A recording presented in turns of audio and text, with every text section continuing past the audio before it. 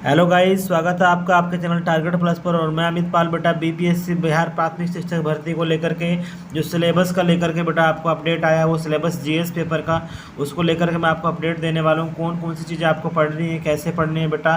तो सबसे पहले मैं आपको बता दूँ, जो भी बच्चे हमारे चैनल पर नए हैं बेटा, जितने भी बेटा बेटी, उस चैनल को सब्सक्राइब कर लें और वीडियो को लाइक जरूर कर लें बेटा। अगर अच्छी लगे तो खूब शेयर करें और बेल आइकन को प्रेस कर लें, ताकि हम जो भी नोटिफिकेशन आपको डालते हैं बेटा टीचर भर्ती से संबंधित, वो आपको मिलता रहे। और इस तरीके से हमारी क्लासेज भी चल रही हैं सीटेट की। अगर आप उसमें एनरोल होना चाहते हैं तो उसमें भी एनरोल हो सकते हैं, फ्री ऑफ कॉस्ट क्लासेज चल रही हैं। तो बेटा ये सिलेबस है जीएस पेपर का।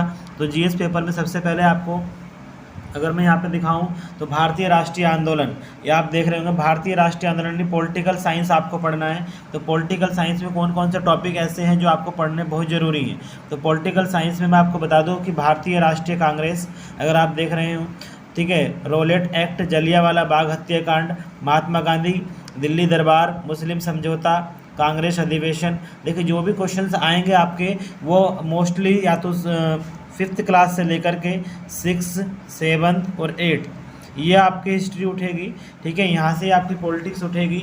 तो जो भी आपको पढ़ना है वो 5th, 6th, 7th, 8 यानी एनसीईआरटी, आपको एनसीईआरटी बुक को फॉलो करना है। अगर आप एनसीईआरटी बुक को फॉलो करते हैं तो आपके लिए सबसे इम्पोर्टेंट रहने वाला है कि ये टॉपिक उसी में सीधे सीधे दे रखे हैं बेटा। तो कोई भी चीज़ें बाहर से नहीं पूछी जाएंगी, अच्छे से तैयारी करते रहना। तो नीचे है हमारा फिर मुस्लिम समझौता, कांग्रेस अधिवेशन बेटा सब बहुत इंपॉर्टेंट है। चंपारण सत्याग्रह महात्मा गांधी के द्वारा हुआ था। महात्मा गांधी के द्वारा जितने भी आंदोलन हुए हैं, चाहे वो चंपारण हो, चाहे वो असहयोग आंदोलन हो, गोलमेज सम्मेलन हो, चाहे वो आपका जो है सविनय अवज्ञा आंदोलन हो, वो भी मैं इसमें आपको दिखा दूंगा। तो असहयोग आंदोलन हो गया, गोलमेज सम्मेलन, कैबिनेट मिशन, माउंटबेटन योजना के तहत, जो माउंटबेटन योजना हुई थी हमारी, उसके तहत बेटा क्या हुआ था, पाकिस्तान का बंटवारा हो गया था। ठीक है, तो आप देख सकते हैं इसमें 1857 की क्रांति हमारी इसमें आ जाती है। ठीक है, शिमला समझौता इसमें आ जाता है।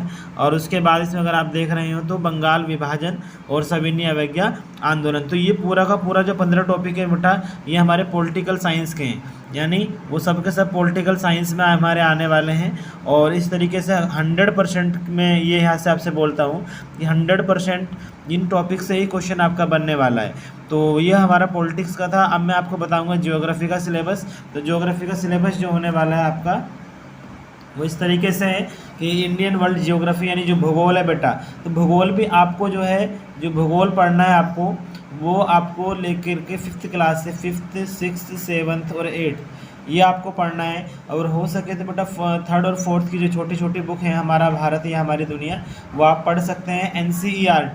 एनसीईआरटी अगर आपने पढ़ लिया है तो काफ़ी आपके लिए हेल्पफुल होने वाला है। तो बेटा इसमें आपका टॉपिक है भारत का सामान्य परिचय, कि भारत की स्थिति क्या है, हमारे भारत के जो राज्य हैं उनकी राजधानियाँ क्या हैं, कौन से राज्य पहले नंबर पर आते हैं, किस राज्य का किस चीज़ में पहला स्थान है, भारत की स्थलीय सीमा कितने राज्यों से मिलती है, कौन कौन से हमारे राज्य हैं, भारत के अयस्क बेटा, अयस्क में आपका मैग्नीज है, एल्यूमिनियम है, आपका जो है जैसे एल्यूमिनियम के अयस्क होते हैं, बॉक्साइट वगैरह, तो उसके बारे में आपको ज़रूर पढ़ना है, जितने भी खनिज हैं हमारे।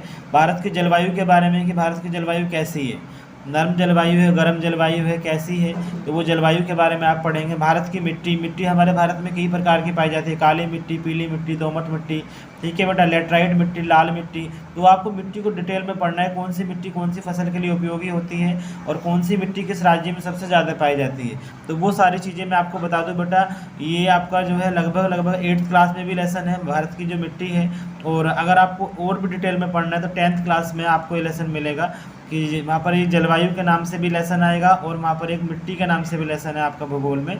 तो उसमें आपकी सारी मिट्टी के बारे में जानकारी आपको मिल जाएगी, एक भी मिट्टी ऐसी नहीं है जो उसमें नहीं दी गई हो।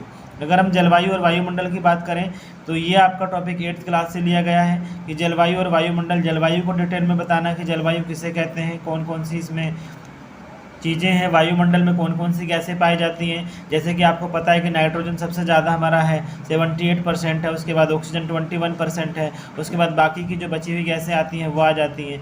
तो नदियों के बारे में पढ़ना है बेटा, 3 नदी तंत्र हमारे होते हैं, गंगा, यमुना और ब्रह्मपुत्र। मतलब इस तरीके से हम देखते हैं तो गंगा नदी तंत्र है, एक ब्रह्मपुत्र नदी तंत्र है और एक सिंधु नदी तंत्र है। तो ये आपको ध्यान रखना है। इस तरीके से पूरे इसको पढ़ना है। पवनों के बारे में पढ़ना है, पवन किसे कहते हैं, लू किसे कहते हैं, गर्म हवाएं, सर्द हवाएं, मानसूनी पवनों का प्रभाव पढ़ना है। यमुना और गंगा नदी इन डिटेल में पढ़ना है। गंगा नदी की लंबाई क्या है, यमुना नदी यमुनोत्री धाम से निकली, गंगा गंगोत्री धाम से निकली बेटा। और अलकनंदा में जा कर के जो है